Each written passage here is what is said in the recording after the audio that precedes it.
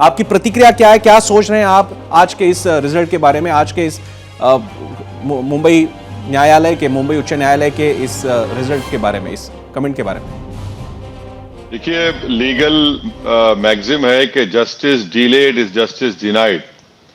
ये इसमें से 19 साल के बाद ये लोग आज इनको राहत मिली है, मगर वहीं पर इस बात की तकलीफ भी है कि इतना टाइम क्यों लगा इन लोगों को। और बहुत बड़ी तकलीफ की बात यह है कि हाई कोर्ट ने अपने जजमेंट में कहा कि कन्फेशन को टॉर्चर के जरिए हासिल किया गया जी। और साथ में हाई कोर्ट ने यह भी कहा कि वो जो 3 टैक्सी ड्राइवर का जिसको विटनेस बनाया गया वो 100 दिन के बाद अपना स्टेटमेंट रिकॉर्ड किए जी। और जिसको विटनेस बनाया गया वो तो किसी और केस में उसके ऊपर 498A का आईपीसी का केस था और जवेरी ब्लास्ट में भी वो विटनेस था जी।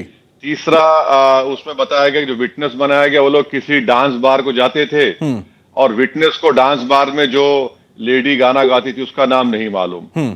साथ में कोर्ट ने यह भी कह दिया कि उनका जो आईडी परेड हुआ तो वो स्पेशल एग्जीक्यूटिव ऑफिसर को ऑथोराइज नहीं था। और फिर साथ में ये बताया गया कि इसमें जो आरिफ और मोहम्मद अली है जी, इनको मालेगांव 2006 में एक्यूज बनाया जिसको एनआईए स्पेशल कोर्ट ने उनको बरी कर दिया जी। तो और आप देखते क्या है कि इसमें से मेरे को अच्छी तरह याद है कि ये जो इंसिडेंट चल रहा था उस वक्त हम तमाम ने कहा था कि इसमें पुलिस टॉर्चर के जरिए इनका कन्फेशन हासिल किया और उसको हाई कोर्ट के 2 जजेस ने इसको एक्सेप्ट नहीं किया और उनको हाई कोर्ट ने कहा कि इनको रिलीज करो जी।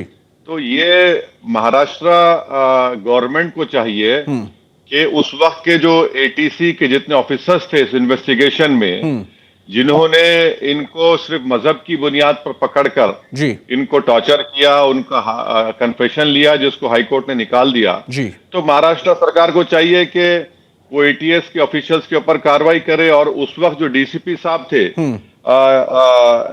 नवल बजाज साहब वो आज एटीएस के चीफ हैं जी। तो ये तो बहुत बड़ी तकलीफ की बात है। और फिर आप देखते क्या है कि इसमें से 2 भाई हैं फैसल और अश्विनी, फैसल और मुजम्मिल, इनके पिताजी की मौत हो गई, फिर इनकी माँ की मौत हो गई। आपने एहतेशाम का नाम लिया, वो तो 15 दिन पहले उसकी शादी हुई थी और बच्चे छोटे थे, आज 18 साल के हो गए। तो ये बहुत बड़ी तकलीफदेह बात है और सबसे बुरी बात क्या है जी कि जो 180 लोग जो मारे गए उनके परिवार को तो कोई क्लोजर नहीं हुआ।